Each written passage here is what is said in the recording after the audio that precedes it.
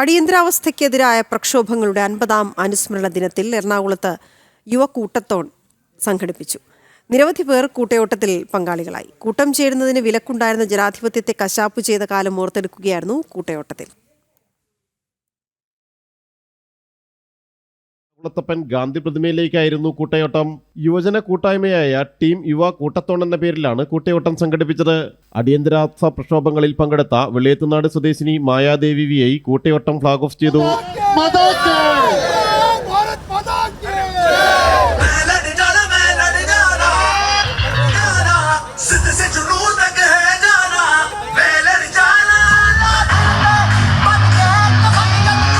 ഗാന്ധി സ്ക്വയറിൽ നടന്ന സമാപനത്തിൽ ഭാരത് മാതാ ആരതിയും ഗാന്ധി പ്രതിമയിൽ ഹാരാർപ്പണവും നടന്നു. അടിയന്തരാവസ്ഥ കാലത്തെക്കുറിച്ചുള്ള കുരുക്ഷേത്ര പ്രകാശൻ പ്രസിദ്ധീകരിച്ച അടിയന്തരാവസ്ഥ ജനാധിപത്യ കശാപ്പിന് 50 ആണ്ട് തികയുമ്പോൾ എന്ന പുസ്തകവും EN നന്ദകുമാർ എഴുതിയ അടിയന്തരാവസ്ഥ രണ്ടാം സ്വാതന്ത്ര്യ സമരം എന്ന പുസ്തകവും ചടങ്ങിൽ പരിചയപ്പെടുത്തി. ഹൈക്കോടതി deputy solicitor general advocate OM Shaleena, RSS Kochi Mahanagar സഹസംഖ്യാലക് ഡോക്ടർ കൃഷ്ണമൂർത്തി, പ്രാന്ത ഭൂദാന പ്രമുഖ് രാമനുണ്ണി എന്നിവർ പങ്കെടുത്തു. ജനം, കൊച്ചി.